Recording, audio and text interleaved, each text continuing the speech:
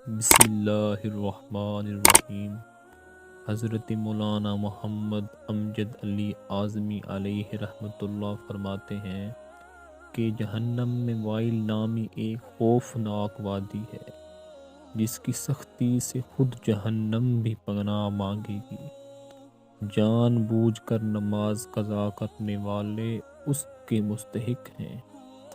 اسی طرح حضرت سیدنا محمد امام احمد ذنبی علیہ رحمۃ اللہ فرماتے ہیں، کہا گیا ہے کہ جہنم میں ایک وادی ہے جس کا نام وائل ہے۔ اگر اس میں دنیا کے پہاڑ ڈالے جائیں تو وہ بھی اس کی گرمی سے پگھل جائیں، اور یہ ان لوگوں کا ٹھکانہ ہے جو نماز میں سستی کرتے ہیں اور وقت کے بعد قضا کر کے پڑھتے ہیں، مگر یہ کہ وہ اپنی کوتاہی پر نادم ہوں اور بارگاہ خداوندی میں توبہ کریں۔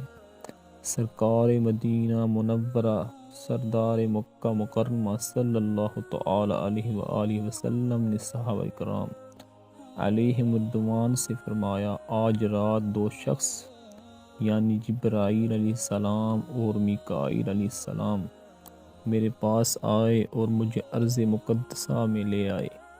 میں نے دیکھا کہ ایک شخص لیٹا ہے اور اس کے سرہانے ایک شخص پتھر اٹھائے کھڑا ہے، اور بے درپے پتھر سے اس کا سر کچل رہا ہے۔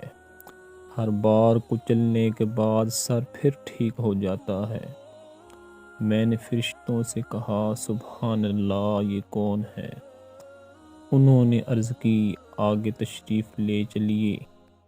مزید مناظر دیکھنے کے بعد فرشتوں نے عرض کی کہ پہلا شخص جو آپ صلی اللہ تعالی علیہ وآلہ وسلم نے دیکھا، یہ وہ تھا جس نے قرآن پڑھا، پھر اس کو چھوڑ دیا اور فرض نمازوں کے وقت سو جاتا تھا۔ اس کے ساتھ یہ برتاؤ قیامت تک ہوگا۔ اللہ رب العزت سے دعا ہے کہ اللہ پاک ہم سب کو نماز قائم کرنے کی اور قرآن پاک پڑھنے کی توفیق عطا فرمائے۔